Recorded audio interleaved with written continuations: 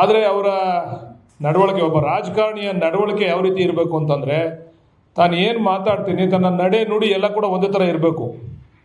ಜನಗಳ ಮುಂದೆ ಮಾತಾಡ್ತಕ್ಕಂಥದ್ದೇ ಬೇರೆ, ಹಿಂದೆ ಮಾಡ್ತಕ್ಕಂಥ ರೀತಿ ನೀತಿಗಳೇ ಬೇರೆ ಅಂತಕ್ಕಂಥದ್ದು ಆಗಬಾರ್ದು.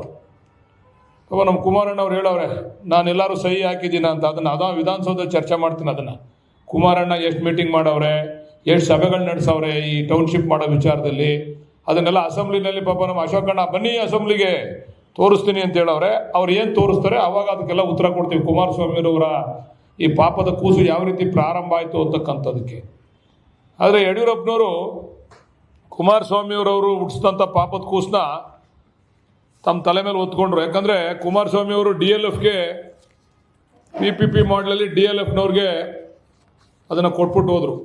ಅಂದರೆ ಕಿಕ್ ಬ್ಯಾಕ್ ಎಷ್ಟು ತೊಗೊಂಡಿದ್ದೀವಿ ಅಂತಕ್ಕಂಥದ್ದನ್ನು ಕುಮಾರಸ್ವಾಮಿಯವರು ಹೇಳಬೇಕು. ಅದನ್ನು ಕೊಡಬೇಕಾದ್ರೆ DLFಗೆ ಜಾಗತಿಕ ಟೆಂಡರನ್ನು ಕರೆದಿ DLF, ಯಾಕಂದರೆ ಅವ್ರ ಮಾತಿಗೆ ಮುಂಚೆ DK ಶಿವಕುಮಾರ್ ಅವರು ಎಷ್ಟು ಕಿಕ್ ಬ್ಯಾಕ್ ತೊಗೊಂಡವ್ರೆ, ಯಾರು ಕಳಿಸ್ತವ್ರೆ, ಅದನ್ನು ಕೇಂದ್ರದವ್ರು ಕಳಿಸ್ತವ್ರೆ ಅಂತಕ್ಕಂಥ ಮಾತನ್ನು ಹಲವಾರು ಬಾರಿ ಹೇಳಿದ್ದಾರೆ. ಯಡಿಯೂರಪ್ಪನವ್ರು ಹೇಳವ್ರೆ, ವಿಜೇಂದ್ರ ಹೇಳವ್ರೆ, ಅಶೋಕ್ ಹೇಳವ್ರೆ, ಕುಮಾರಸ್ವಾಮಿ ಅವರು ಹೇಳವ್ರೆ. ಆದರೆ DLFಗೆ ಕೊಡಬೇಕಾದ್ರೆ 400 ಕೋಟಿ ದುಡ್ಡನ್ನು ಸರ್ಕಾರಕ್ಕೆ ಕಟ್ಟಿಸ್ಕೊಂಡು 100 ಕೋಟಿ ಫಿಕ್ಸೆಡ್ ಡೆಪಾಸಿಟು ಮತ್ತು 300 ಕೋಟಿ ಆ ಕಾರ್ಯವೈಖರಿಯನ್ನು ನಡೆಸಲಿಕ್ಕೆ ಕಟ್ಟಿಸ್ಕೊಂಡು DLFನವ್ರಿಗೆ ಜಾಗತಿಕ ಟೆಂಡರ್ನಲ್ಲಿ ಅವಕಾಶ ಮಾಡಿಕೊಟ್ರಲ್ಲ ಕುಮಾರಸ್ವಾಮಿಯವರು, ದಯಮಾಡಿ ಆವಾಗ ಎಷ್ಟು ಕಿಕ್ ಬ್ಯಾಕನ್ನು ತೆಗೆದುಕೊಂಡು ಯಾರಿಗೆ ಕಳಿಸಿದ್ರು ಅಂತಕ್ಕಂಥದ್ದನ್ನು ದಯಮಾಡಿ ಅವ್ರು ತಿಳಿಸ್ಬೇಕು.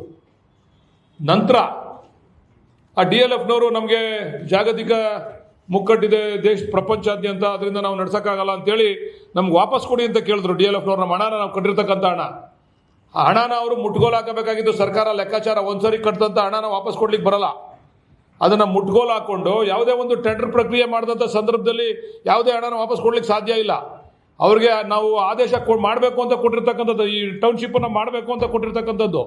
ಆದರೆ DLFನವರು ಹಣ ವಾಪಸ್ ಕೊಡಿ ಅಂತ ಕೇಳಿದಾಗ ಏಕಾಏಕಿ ಏನು ಕೂಡ ಹಿಂದೆ ಮುಂದೆ ನೋಡ್ದೇನೆ DLF ಅವ್ರಿಗೆ ಆ 400 ಕೋಟಿ ಹಣ ವಾಪಸ್ ಕೊಟ್ರಲ್ಲ ಯಡಿಯೂರಪ್ಪನವರು. ಅವತ್ತು ಎಷ್ಟು ಕಿಕ್ ಬ್ಯಾಕನ್ನು ತೆಗೆದುಕೊಂಡ್ರು ಯಡಿಯೂರಪ್ಪನವರು, ಅದನ್ನು ಅವ್ರ ಕೇಂದ್ರದ ನಾಯಕರುಗಳಿಗೆ ಎಷ್ಟು ಕೊಟ್ಟರು, ಯಾರ್ಯಾರು ಅದರಲ್ಲಿ ಎಷ್ಟೆಷ್ಟು ಶಾಮೀಲು ಅಂತಕ್ಕಂಥದ್ದನ್ನು ದಯಮಾಡಿ ಯಡಿಯೂರಪ್ಪನವ್ರು ತಿಳಿಸ್ಬೇಕು. ಯಡಿಯೂರಪ್ಪನವ್ರು ತಿಳಿಸ್ತಾರೋ ಇಲ್ವೋ ಇವಾಗ, ಅವ್ರ ಮಗನಾರು ತಿಳಿಸ್ಬೇಕು. ಅವ್ರ ಅಪ್ಪನ ಹತ್ರ ಕೇಳ್ಬಿಟ್ಟು ವಿಜೇಂದ್ರಣ್ಣ ಅವರಲ್ಲ, ಅವರಾರು ತಿಳಿಸ್ಬೇಕು ದಯಮಾಡಿ. ಅದು ಯಾವ ರೀತಿ ವಾಪಸ್ ಕೊಟ್ಟರು ಹಣನ ಅದನ್ನು ಕೊಡಕ್ಕೆ ಬರಲ್ಲ. ಕಾನೂನು ಪ್ರಕಾರ ಅದನ್ನು ಮುಟ್ಗೋಲು ಹಾಕ್ಕೊಂಡು ಮತ್ತೆ ಜಾಗತಿಕ ಟೆಂಡರ್ನ ಕರಿಬೇಕು. ಆದರೆ ಯಡಿಯೂರಪ್ಪನವರು ಯಾವುದೇ ಮುಲಾಜಿಲ್ಲದೆ ಸರ್ಕಾರದಲ್ಲಿ ಆದೇಶ ಮಾಡಿ ಅವರು ಮುಖ್ಯಮಂತ್ರಿ ಆದಾಗ ಯಡಿಯೂರಪ್ಪ. ಆದರೆ ಅವರ ನಡವಳಿಕೆ, ಒಬ್ಬ ರಾಜಕಾರಣಿಯ ನಡವಳಿಕೆ ಯಾವ ರೀತಿ ಇರಬೇಕು ಅಂತಂದರೆ, ತಾನು ಏನು ಮಾತಾಡ್ತೀನಿ ತನ್ನ ನಡೆ ನುಡಿ ಎಲ್ಲ ಕೂಡ ಒಂದೇ ಥರ ಇರಬೇಕು. ಜನಗಳ ಮುಂದೆ ಮಾತಾಡ್ತಕ್ಕಂಥದ್ದೇ ಬೇರೆ, ಹಿಂದೆ ಮಾಡ್ತಕ್ಕಂಥ ರೀತಿ ನೀತಿಗಳೇ ಬೇರೆ ಅಂತಕ್ಕಂಥದ್ದು ಆಗಬಾರ್ದು.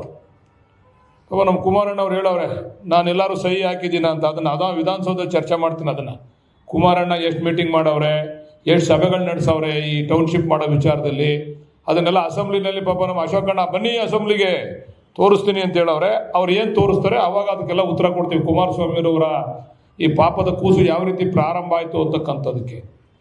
ಆದರೆ ಯಡಿಯೂರಪ್ಪನವರು ಕುಮಾರಸ್ವಾಮಿಯವರವರು ಹುಟ್ಟಿಸಿದಂಥ ಪಾಪದ ಕೂಸನ್ನ ತಮ್ಮ ತಲೆ ಮೇಲೆ ಹೊತ್ಕೊಂಡ್ರು. ಯಾಕಂದರೆ ಕುಮಾರಸ್ವಾಮಿಯವರು DLFಗೆ PPP ಮಾಡಲಲ್ಲಿ DLFನವ್ರಿಗೆ ಅದನ್ನು ಕೊಟ್ಬಿಟ್ಟು ಹೋದರು. ಅಂದರೆ ಕಿಕ್ ಬ್ಯಾಕ್ ಎಷ್ಟು ತೊಗೊಂಡಿದ್ದೀವಿ ಅಂತಕ್ಕಂಥದ್ದನ್ನು ಕುಮಾರಸ್ವಾಮಿಯವರು ಹೇಳಬೇಕು. ಅದನ್ನು ಕೊಡಬೇಕಾದ್ರೆ DLFಗೆ ಜಾಗತಿಕ ಟೆಂಡರನ್ನು ಕರೆದಿ DLF, ಯಾಕಂದರೆ ಅವ್ರ ಮಾತಿಗೆ ಮುಂಚೆ DK ಶಿವಕುಮಾರ್ ಅವರು ಎಷ್ಟು ಕಿಕ್ ಬ್ಯಾಕ್ ತೊಗೊಂಡವ್ರೆ, ಯಾರು ಕಳಿಸ್ತವ್ರೆ, ಅದನ್ನು ಕೇಂದ್ರದವ್ರು ಕಳಿಸ್ತವ್ರೆ ಅಂತಕ್ಕಂಥ ಮಾತನ್ನು ಹಲವಾರು ಬಾರಿ ಹೇಳಿದ್ದಾರೆ. ಯಡಿಯೂರಪ್ಪನವ್ರು ಹೇಳವ್ರೆ, ವಿಜೇಂದ್ರ ಹೇಳವ್ರೆ, ಅಶೋಕ್ ಹೇಳವ್ರೆ, ಕುಮಾರಸ್ವಾಮಿ ಅವರು ಹೇಳವ್ರೆ.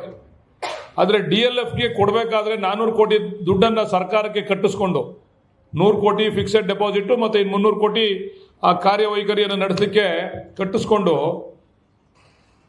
DLFನವ್ರಿಗೆ ಜಾಗತಿಕ ಟೆಂಡರ್ನಲ್ಲಿ ಅವಕಾಶ ಮಾಡಿಕೊಟ್ರಲ್ಲ ಕುಮಾರಸ್ವಾಮಿಯವರು, ದಯಮಾಡಿ ಆವಾಗ ಎಷ್ಟು ಕಿಕ್ ಬ್ಯಾಕನ್ನು ತೆಗೆದುಕೊಂಡು ಯಾರಿಗೆ ಕಳಿಸಿದ್ರು ಅಂತಕ್ಕಂಥದ್ದನ್ನು ದಯಮಾಡಿ ಅವ್ರು ತಿಳಿಸ್ಬೇಕು.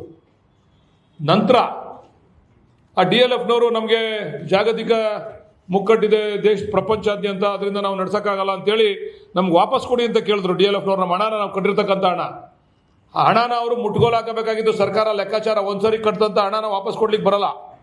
ಅದನ್ನು ಮುಟ್ಗೋಲು ಹಾಕ್ಕೊಂಡು ಯಾವುದೇ ಒಂದು ಟೆಂಡರ್ ಪ್ರಕ್ರಿಯೆ ಮಾಡಿದಂಥ ಸಂದರ್ಭದಲ್ಲಿ ಯಾವುದೇ ಹಣನ ವಾಪಸ್ ಕೊಡ್ಲಿಕ್ಕೆ ಸಾಧ್ಯ ಇಲ್ಲ. ಅವ್ರಿಗೆ ನಾವು ಆದೇಶ ಮಾಡಬೇಕು ಅಂತ ಕೊಟ್ಟಿರ್ತಕ್ಕಂಥದ್ದು, ಈ ಟೌನ್ಶಿಪ್ಪನ್ನು ಮಾಡಬೇಕು ಅಂತ ಕೊಟ್ಟಿರ್ತಕ್ಕಂಥದ್ದು.